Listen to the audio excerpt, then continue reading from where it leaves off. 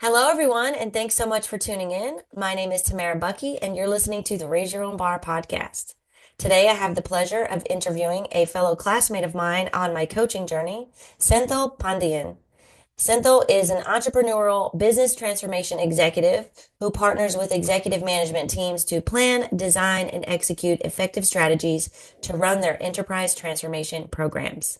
He has over 23 years of combined experience in mid to large scale transformation programs split across pre-sales, consulting, solution development within the ERP/CRM domains, and he works predominantly in manufacturing, healthcare, and life sciences. Now, Senthil, it's wonderful to have you on the podcast. How are you today, my friend? All good, Tam. Thank you so much for bringing me here. It's a pleasure to talk with you always, and I felt it as a privilege, for me to be a part of, your podcast. So very happy.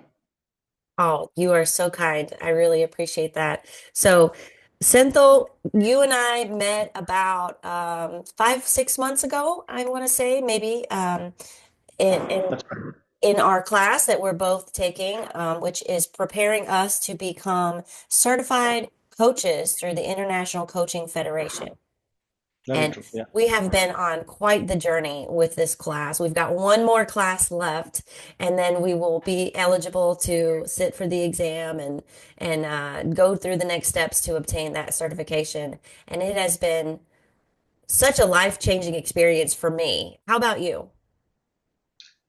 You said it very right. It was a wonderful learning experience, especially uh, getting trained across various aspects of coaching.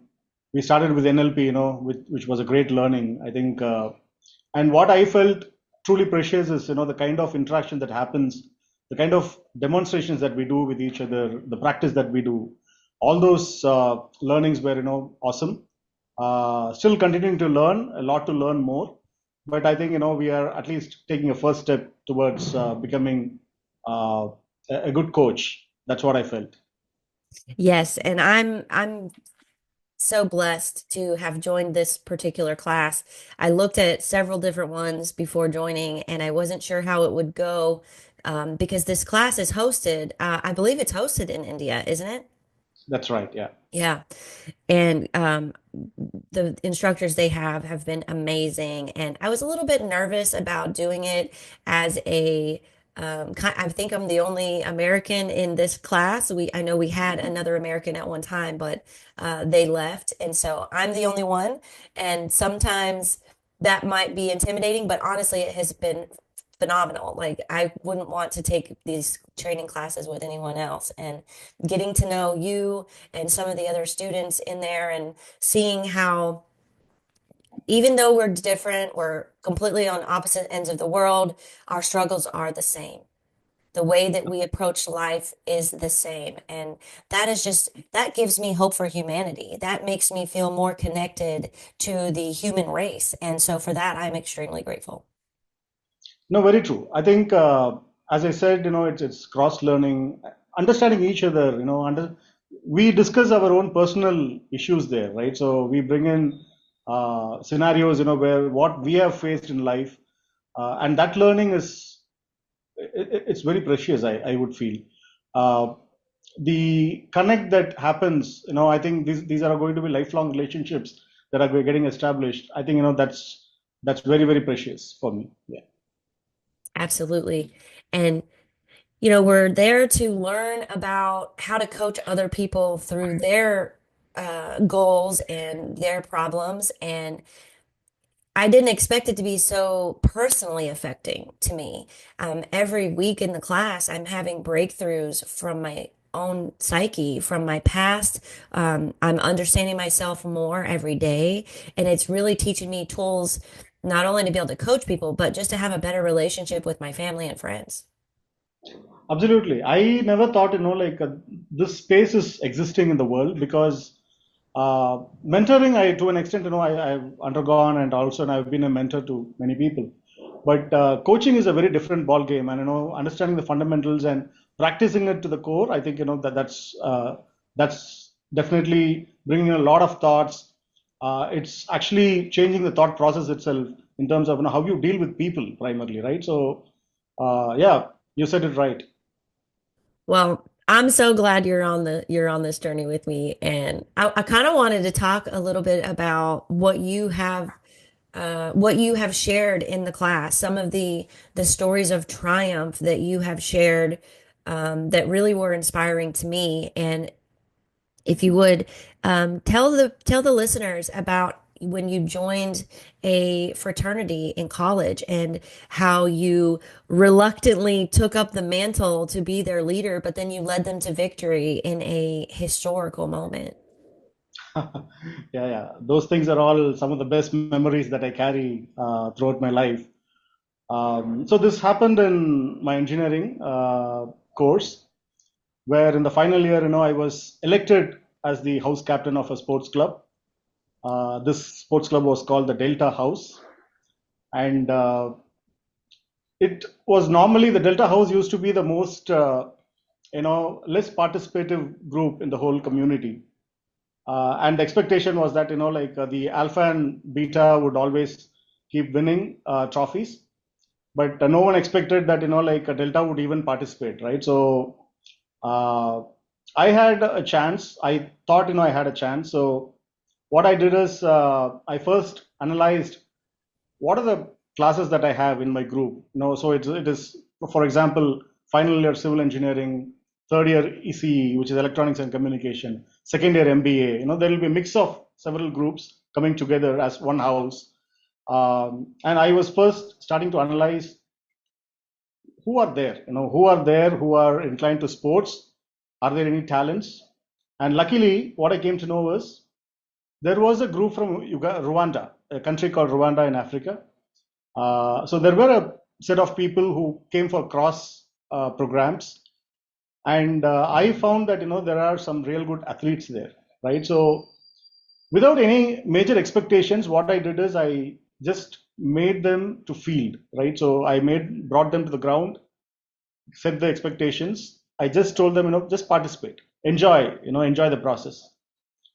And to my surprise, to everyone's surprise, we started winning, right? So, and even halfway through, I was just enjoying the process, what is happening. But around three-fourths of the time, I think I felt that, there is a possibility that we can definitely get onto the target, right? So all I did was I made people to participate, and ultimately we won the championship, the intramural championship for that year. That was the first time in the history of my college where the Delta House won a championship, right? The lessons that I learned during the time is you never know what strengths you carry, right? It is not that you need to have everything in you. If you're able to identify your surroundings, bring in those elements, and just make them participate, then the rest of the things are taken care by the nature, by the universe. And if you are sincere in your attempt, if you are serious in your attempt, I think victory is something that it'll actually come to you, right? So that is the biggest lesson that I learned. And in several other instances, I adopted that same approach. Many a times I won anything that I felt, participating. So absolutely, one of the most cherished moments of my life. I would have put that in my LinkedIn also, right? If you observe. So it is very special for me, right? So yeah, so that's the experience, Tam. Well, it demonstrates your leadership abilities, but you didn't mention that you personally also won one of the games, which was what? Badminton, yeah. So I won the badminton championship for that year. Again, the credit goes to my house. So that was again, a personal achievement, I would say, but encouraged a lot by my friends. The hope that they had on me, all of that, it all came together. So again, a very, very happy and a cherished moment for me. Yeah. I bet you went on to inspire that Delta House for years to come. So congratulations again. What an amazing story and what an inspiration because so many times I've been in situations where I felt there was no hope for me to make it or to win or to achieve what I set out to do, and I was proved wrong. I was proved wrong, and typically it did have to do with banding together with other people because together we can help cover our weaknesses and build up our strengths. Very true. I think it's all about collaboration, right? So first thing is, understanding what our strengths are, where we stand good, where we have gaps. Understanding that is going to be very important. And if you are looking at leadership, obviously, you need to look at your surroundings, right? Whom you have with you, right? One of the strongest leadership models that I've experimented and enjoyed a lot is called the servant leadership, right? So what it says is you need not have everything in you, right? If you are able to identify that right strengths within your team and enable them to do their work perfectly, all that you have to do is, you have to remove the obstacles that they face in order to perform their work better. If you're able to do that as a leader, you're done, right? You need not have that skill. For example, I used to lead a technology team for about 11 years, and I am not a techie, by the way, right? So I was never a techie. But I was able to handle a complete technology team, which was from 0 to 440 people, and all of them were hardcore techies. All that I did is understanding their strengths, positioning them in the right slots, and then clearing the obstacles that they face, in terms of work. If you're able to do that, I think, you can do wonders. That's something that, uh, I've learned, and then I did a lot of experiments on that, which proved to be very, very fantastic for me. Yeah. You don't have to know the ins and outs of the work as long as you have the experts on your team. And management and leadership is a completely different skill set that doesn't require the knowledge of the specific work being done. I found that myself. It's intimidating though, because you go into it thinking, oh, I have to be an expert at whatever it is they're doing. And I have seen that over and over again. That is not the case. But I also thought that at one time. Yeah, So tell yeah. me about what you're doing now. So you're at Stanford Seed, which is a consulting arm of the graduate school. Is that correct? Yeah, so this is a unit of the Graduate School of Business, Stanford University. So Stanford Seed, the vision of this company is to uh, eradicate, poverty, to end the cycle of global poverty. That's the vision of the business unit. And we actually do that by working with entrepreneurs in developing economies, uh, where we collaborate with them, make them grow, right? Make them scale, right? So we help them in terms of doing a lot of coaching from a leadership standpoint, and also in understanding their business, identifying their strengths and weaknesses, and coaching them to do what they intend to do in the next 2 to 3 years, right? So that's what we actually do. Okay. What am I hearing in the background? Okay, are you hearing that? They're Yeah, what crackers, is it? crackers, crackers. What's that I mean? don't know how to stop that because tomorrow it's Diwali. There's Uh, a festival. It's festival of light. festivities? Yeah, yeah, yeah. So they are bursting crackers. Is that so? Is that making a noise there? Oh, I can hear it, but it's okay. Is when you say crackers, is that like fireworks? Fireworks, yeah. Yeah. You call them crackers? That's so funny. Yeah. This is again this is one of the most important festivals in India. Yeah. Called Diwali. So the theme behind this is eradicating darkness and bringing in light. So it is called the Festivals of Light. Wonderful. And is it a week long celebration It's just or? one day. It's just one Oh, day, but yeah, people celebrate a couple of days based on. So this is an extended weekend for people, so they actually celebrate that way. Yeah. and is it a new year or is it? No, this is not the New Year. Oh, For us, New Year is Jan to December cycle, and then Jan 1st is the New Year. And every state will have their own New Year. For example, Really my state celebrates April 14th as the New Year. interesting. I Yeah, didn't know so that. every state has their own calendar in that way. But this one is a common festival. Diwali is the most celebrated festival in India, um, primarily because you go meet your friends, your relatives, wear new dresses on that particular day. So a lot of fun. Yeah, I know. I was talking to another classmate of ours about it, and she was busy with all of the preparations and getting ready for the parties and everything. It sounds really fun. Yeah, absolutely. So every state has their own New Year's. How many states are there in India? Around 26 states now. Okay. I would love Uh, to come visit one day. It's on my list. you should definitely. It's an amazing country. There's a lot of good places that you can visit. Very diversified, right? So a lot of cultures. You don't find a single place as a common place in India, right? So every place is different, and so much of languages, right? So I think as a person, I know you, you'll enjoy definitely. Uh, America is like that too. The United States, um, I shouldn't say just America because America is also North America, South America, Central America. So the United States of America is also like that in there's different regions everywhere, even within there's 50 states. And even within my state of Alabama, there are different regions that are very, very, very different culturally, Different. even with language. I go 4 hours down south, I cannot understand what people are saying. Oh, really? Yes. And And do they they're speak speaking English? English. They just have such a Oh, thick accent and dialect that's different. They put different emphasis on different syllables.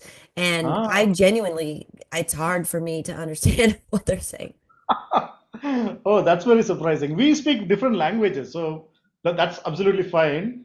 But English, if it is spoken very differently, I'm surprised to hear that. Your English is amazing. Is that part of, do you have to take English growing up in India? It's an option. Majority of the people will take English medium as a medium of instruction. So I did my schooling in an English medium school, and subsequently all my colleges were in English medium. Hmm. There are also regional languages that people take as the medium of study. So that is also there. But nowadays, I think English has become a common language here. So uh, I think that's the most preferred. Wow. So do you speak English every day, typically throughout your day, or do you ever switch back and speak your native tongue? No, I normally speak in my native language, which is called Tamil. And coincidentally, Tamil is the oldest language in the world. Oh, wow. Yeah, so it's the oldest language in the world. And officially, wherever I go, when I'm at work, it's always English. But at home with my friends, it's the native language. Very nice. I'm learning so much about India. This is so great. I have Indian friends that are here in the United States. Their families came from India and they tell me about what they know. And um, I've met some of their parents. I've even got to attend an Indian wedding, which was so fun. Beautiful. It Yeah, was big party. absolutely. Yeah, correct. Now, are you married or are you Yeah, I'm single? married. You are Yeah, I'm married? married. Yeah, Do you have any children? I have one son who's 15 years old now, doing his 10th grade in Oh, wow. school. Yeah, and my wife works for Ernst and Young. She's an SAP consultant. Has been a consultant for a very long time. She enjoys doing that. Wow, you're both business minded. I love it. Uh, yeah, we never discuss shop at home. No? Too boring or Yeah, it's boring, right? So we have got a lot of other things to discuss. So we skip that one. Yeah. too funny? Me and my partner, we talk about work a good bit, but we're both very interested in each other's work and learning from each other. So we do talk about it a lot. Yeah, that happens. Obviously, like any progression, anything that is on a doubtful track, all that get discussed. But we don't discuss anything else, like what happens in office today, why, I'm tense today, I don't get into that, she doesn't get into that, so we are safe. So you're able to leave your frustrations that are related to your job out of the home? Absolutely. I think that's going to be very important, right? What my son will know about this, right? So when I come home, all he wants is to just come and hug me, uh, discuss his class proceedings with me on a daily basis, um, the fun that he had on that day, the game that he won on that day. So he wants to talk all about that, and carrying something at the back of the mind, at from a work level, bring that to home. I don't think it's going to help anyone, right? So I'm very very clear about that. Well, that's 100% appropriate. It's just, it's rare that people have the discipline. From what I've seen, working with some Indians in the past, and some of my friends that I've gotten to know really well as being in this class with you guys, it seems like the Indian culture is very, very disciplined. Um, yeah, I will agree to it. Actually, the way it all got started, right? So we call it as Gurukulam. The It's a pedagogy uh, in which it's more of applied learning that we were actually taught with. I'm not talking about the modern day education system, but the origin was that, and some of them are still being continued, practiced, but a lot of things we actually forgot, which is not a very good news, but that's the way it is. The modern education system is more in terms of scoring marks, getting onto that particular level, rank, all of that. But the origin used to be something like, it was all more of applied learning. Whatever people learned, they practiced, right? So that I would wish, that could have got continued for a longer time. But unfortunately, we actually lost most of it. But I agree that uh, school education is given a lot of seriousness in India, across India, and there are a lot of good schools that coaches us well. Definitely the credit should also go to the Britishers who were ruling us, who built some of the most best schools in India, right? Across India, they had uh, established very good institutions. For example, the school that I studied, when during that time, it was about 175 years old. Yeah, so it was started by the Britishers. So a lot of credit goes to them as well. Yeah, so there is a lot of seriousness and importance that is given to education, the fundamental education, and it's good that it is continuing. But the other side is we lost a lot. If that could have been continued, it would have been definitely more better. That's my opinion. We have that too. Our education system has taken a turn towards just passing tests instead of truly learning, and memorizing things instead of critical thinking. And that's a problem. We're seeing it in our workforce now. We're seeing people that Absolutely. Yeah. are just not as knowledgeable, disciplined, or even passionate about what they're doing and what they're learning. And then we're expecting them to join us in the workforce and then one day become leaders. And they were kind of set up for failure. I agree. I agree. I think, see, when education becomes commercialized, all of these things is bound to happen, right? Uh, as long as it is treated as a service, it acts very differently. But when you commercialize this, there are targets set for people, and uh, the destinations become very very different, right? So that is something that I am seeing a lot in India currently. Yeah. Curious, with the history of the British Crown being involved in India, I've learned about it some from history books, but I've never talked about it with any of my Indian friends. Is there a sense of um, hostility, or is there a sense of um, frustration or anything like that with history and how the Brits had at one time ruled India and subject you guys to exploitation, for lack of a better term? Yeah, it has been a lot. All credit goes to my history subject that we studied in school. No, there has been a lot of struggle, no doubt about it, right? But who gave the choice to them?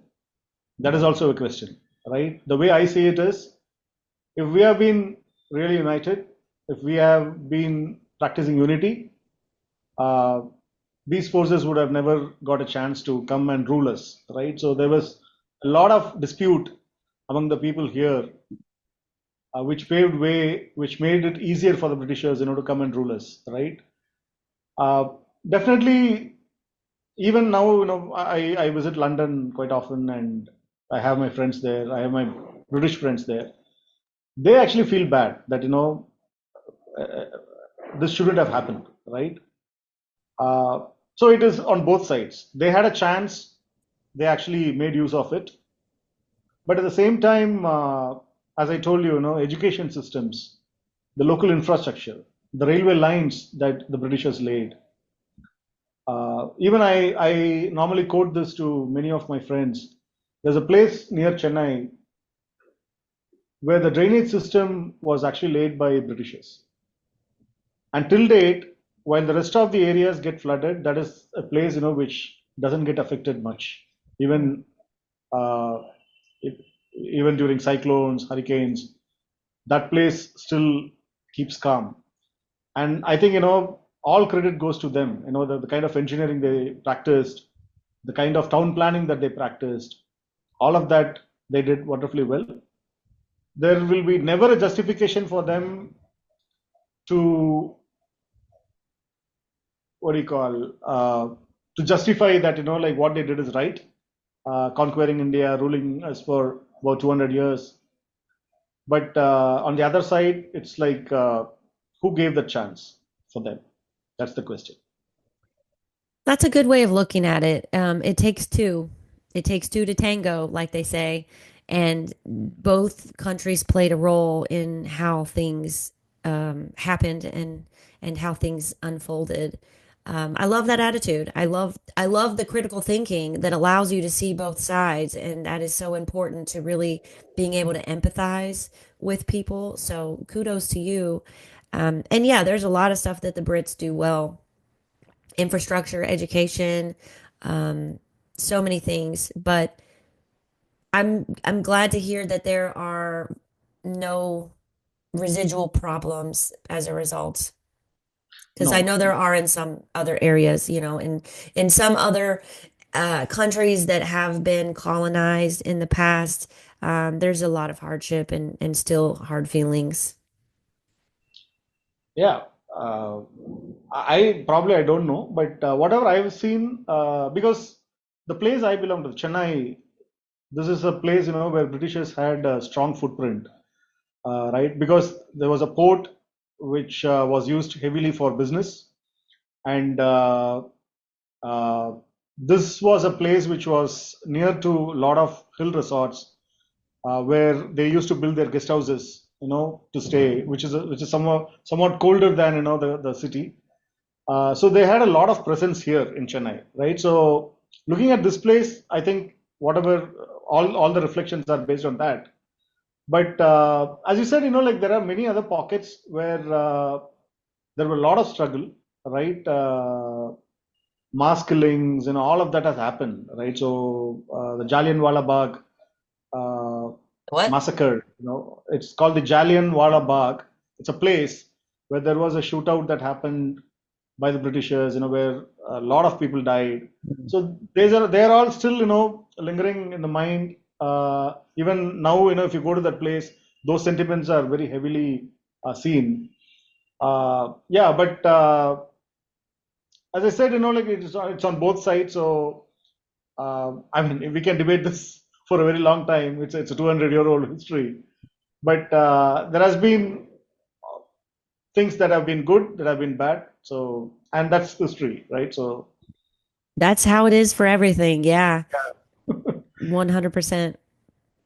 That's really neat. So you are out here helping entrepreneurs get on their feet with the intention to help them manage their business and get themselves out of poverty. That is an amazing mission. How did you get into that? uh, so around 22 years of industry experience, cutting across, sales, service, and then into IT consulting, very long time SAP, CRM consultant. So all of that was happening. And when I was looking at the next phase of my career, there were quite a few options in front of me. So one was, to continue the same kind of role uh, at a larger scale. That was a very easy option. And then I bumped into this role, came to know about this role, uh, thought of, exploring it for the reason that, the option that it gave me for creating that impact, right? So that one was very interesting. That aspect was very interesting. And there were about 4 rounds of interview, a panel presentation, all of that happened with Stanford. And then I finally got through. But what I would say is this is one of the very unique roles in the industry. And this one gives you a lot of satisfaction because you directly help someone to scale. You try to help them overcome their problems, the challenges that they face.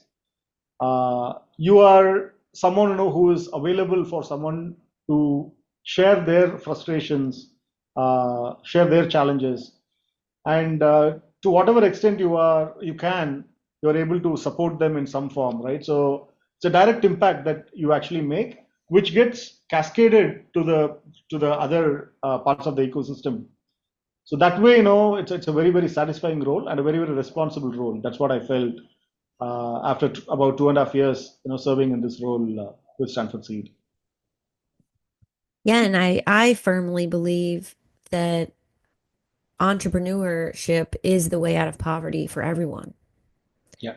Working for someone else is nice, but working for yourself is so rewarding.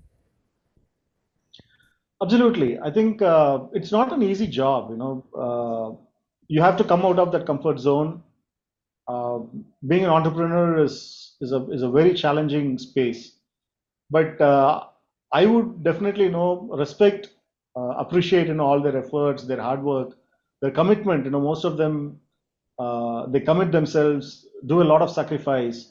Of course, money is the other side, right? But you need to have that guts. You need to have that kind of an mentality to practice entrepreneurship.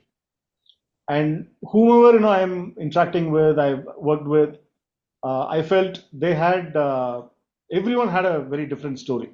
A lot of struggles. It was never an easy walk for many of the people. Even for people who are taking their family business to the next level, they also felt they also faced a lot of challenges. Uh, so working with them itself is a gift. And if you are someone who is trying to help them, and if they get that support, and if they realize and recognize that they have got something from you, I think that's the most satisfying thing that you can enjoy. So from a role perspective, I enjoy that on a daily basis. Yeah. Helping other people is so rewarding, and sometimes it's easier than helping yourself. Very true. Yeah. Yeah. You always have that third dimension, coming in play, so it becomes at times easier. Probably if you are facing that same problem, we never know, we would have solved that.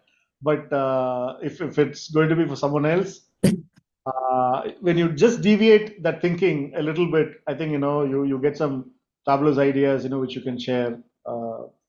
Yeah, very true. It's so funny how much when I find myself coaching or mentoring other people or even doing consulting work, much of what I am teaching is something that I also need. And maybe I didn't recognize it before, but now that I'm showing them, it's actually helping me too. Very true. A lot of times I have experienced this. So when you get into the discussion, when we talk about the issues, we discuss issues, and suddenly some spark will be there coming in my mind, and I'll be throwing some ideas, and then I will be able to reflect back. 3 years back, I had the same problem. Why this idea did not come to me, right? So it's very natural, yeah. Yeah. Well, sometimes we have to, we don't listen to ourselves. So this is a pattern for me anyway. Well, True. kudos to you. That's amazing. And I can only imagine the people that you're really helping to grow their businesses and just influence their lives in a positive way. So I love the mission and it's something dear to my heart. I also try to help entrepreneurs and give them guidance where I can. I'd like to switch gears and ask you something that is very different in nature. Are you familiar with the United States government and the fact that we are about to have we're in the middle of our presidential race. We're about to vote next week. I don't follow that much, but I know that Trump is again trying for a position there, and Mr. Biden is very fiercely facing that competition. But beyond that, I don't much follow the U.S. politics. Well, I completely understand. I don't follow Indian politics either. If something happens in India that makes national news, I might see it, but it's not something I proactively follow. So no worries there. But the reason I ask is, and maybe you weren't aware of this, but Biden dropped out Oh, okay. and his Kamala Harris. vice Kamala, yep, Vice President Kamala Harris is the presidential nominee for the Democratic Party, and she comes from Tamil Nadu. I know. Well, My her state. family, not her, but her family comes from Her there. origin is here. Yeah, very, very true. Yeah. So I didn't know if there was anything that you had heard about her on your side, because when I looked up where the little village that she was, her family is from, her mother is from Thula Sindrapuram. I'm sure I'm butchering that. Sandurpuram. Correct. Say it Yeah. again. Sandurpuram. Oh wow. Yeah, I don't know that I could even say that, but I just don't know. Have you heard anything about it? Is her family active in the area, or is that just something you have never heard No, about? see, we know that her origin is here, but there is no direct contact with Kamala to this place, right? So she was never born here. She was all American, right? The name probably is a Tamil name. Kamalam is lotus in Tamil, Yeah. right? So beyond that, there is no connection here. There are no strings attached. So she's still an American, but people here put up hoardings, banners, that wishing her victory. They do. So all that happens. Yeah, yeah, yeah. There's a lot of thing that is happening in her place. When she got elected as the vice president, they put out a huge hoarding wishing her. I don't even know Kamala knows about it, right? So all that happens. Yeah. I kind of thought that might be the case. Not that she is involved, but I think she has traveled and been to her family home and village in India. And her Correct. mom was born there. So her mom came to the United States when she was like 19 or 20. Right. Um, So it's just so fascinating. We live in a global society because the potential leader of my country has origins in the same state in India where you live, and that just makes me feel like the world is so small. Absolutely, it's a very small world. It's a global village, right? So these are all very surprising, but yeah, we I think we should keep it at that level. No more sentiments on whether Kamala is belonging to this place or like she's from this origin. All that is fine, but at the end of the day, she's an American. And I think, like she's very, very passionate about America, her country. She has been born and brought up there, and she has been very dedicated, in bringing up this country to the next level. So all appreciations to her. And we'll also enjoy that, if Kamala becomes the president of United States, it's a very proudful moment for not only me, but for many other Indians as well. Yeah. I'm sure to see someone that has ties to your culture rise to great, great power and adoration. I could imagine. I mean, I would feel the same way if there was an American that moved to India and, started a family and then one day became a leader. I would feel the same way. So, yeah. But it's just neat. It's just very neat because it just happens to be the same state that you live in. Now, were you born in Chennai or? So I was born in a deep southern district of Tamil Nadu, which is called Tirunelveli. I know this will not be easy for you. Uh, so I was born there, but when I was about a year old, I was brought to Chennai. Both my parents started working here in Chennai. Chennai is the capital of Tamil Nadu, right? So it's only once in a year we go to our native place. Um, that has also got reduced a bit, but I did all my schooling and all in Chennai, right? So yeah. And you travel around the world for your job? Do you ever travel for fun? We actually both. So till my previous job, when I used to work for NTT, a Japanese company, there used to be a lot of travel. Um, After Stanford Seed, it is local travel. I travel across India. I visit many states. Depending on my company allocations, I actually go.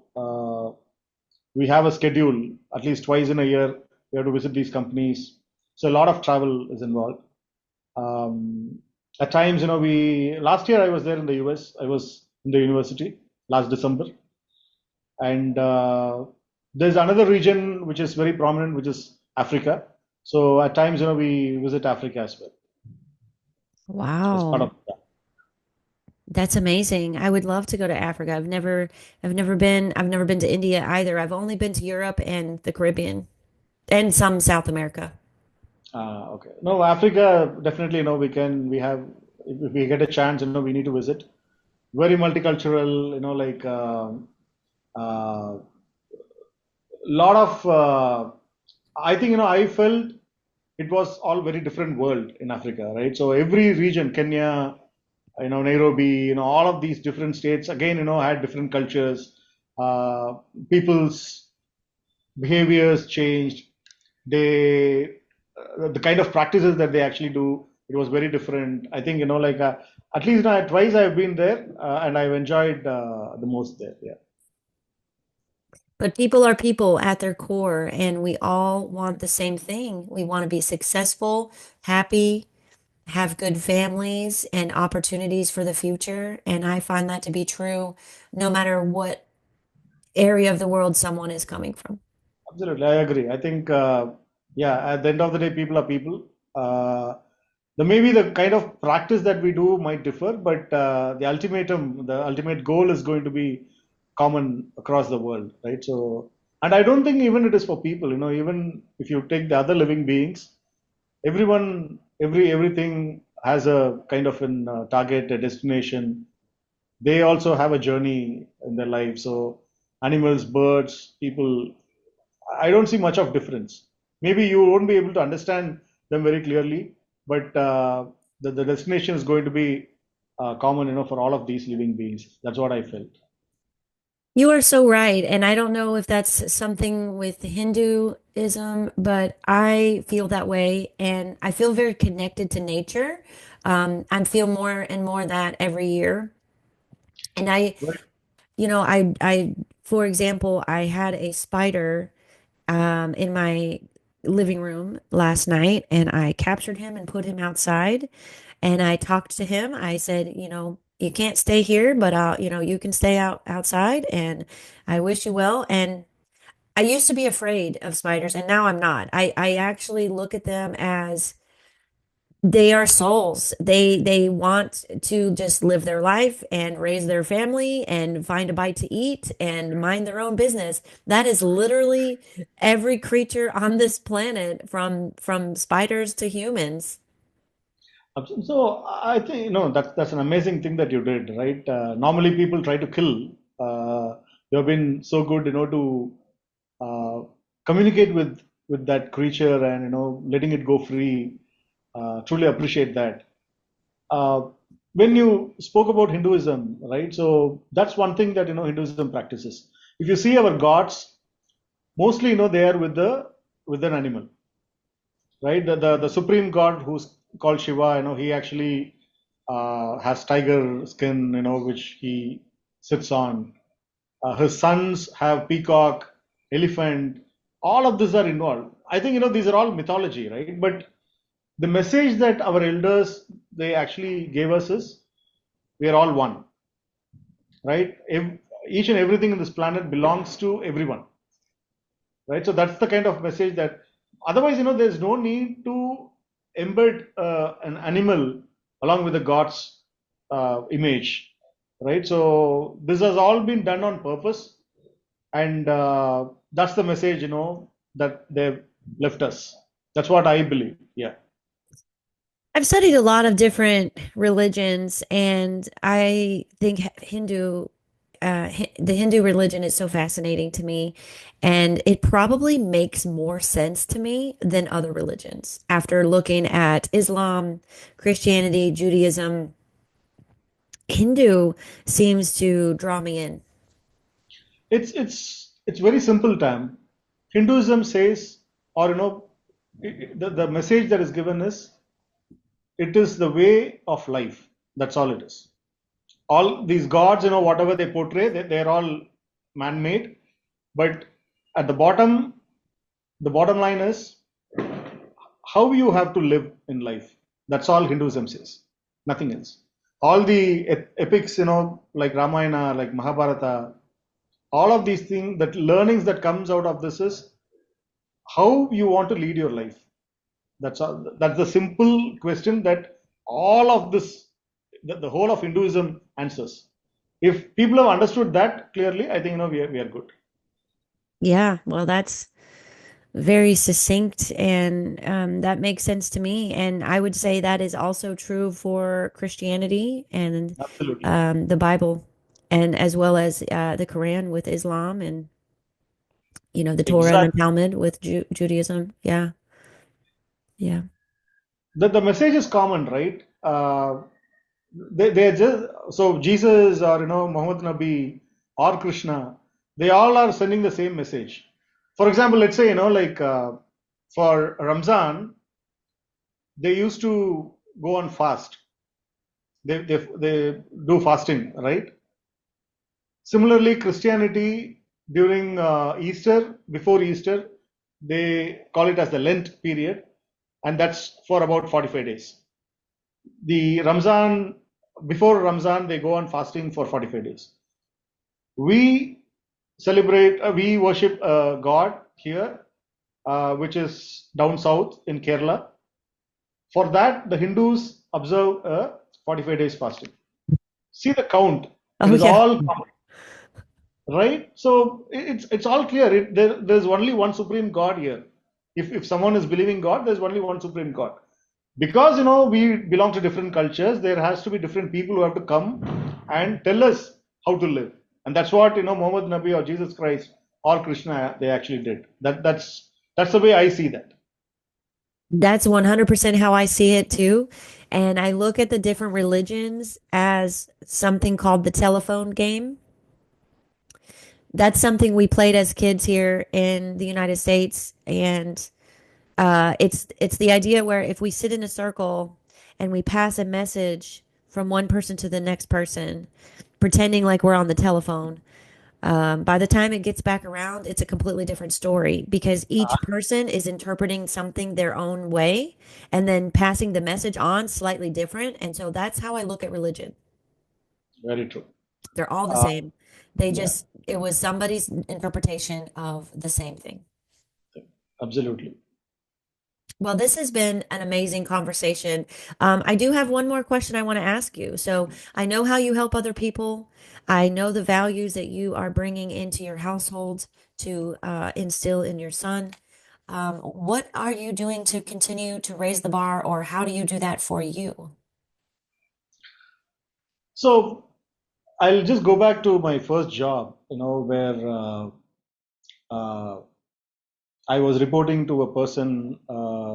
Still, I feel that he has been one of my great mentors.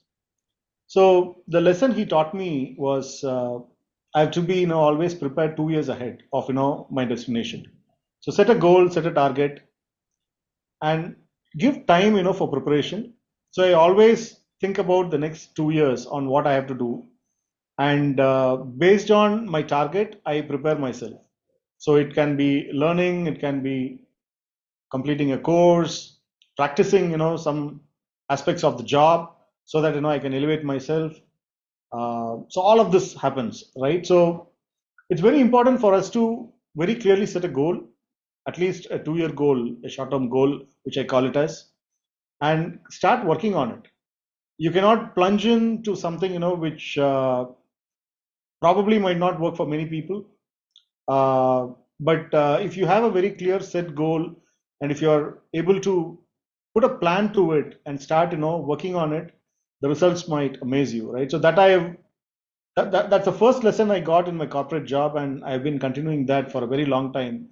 That has been helping me a lot, right? So it's all about like learning.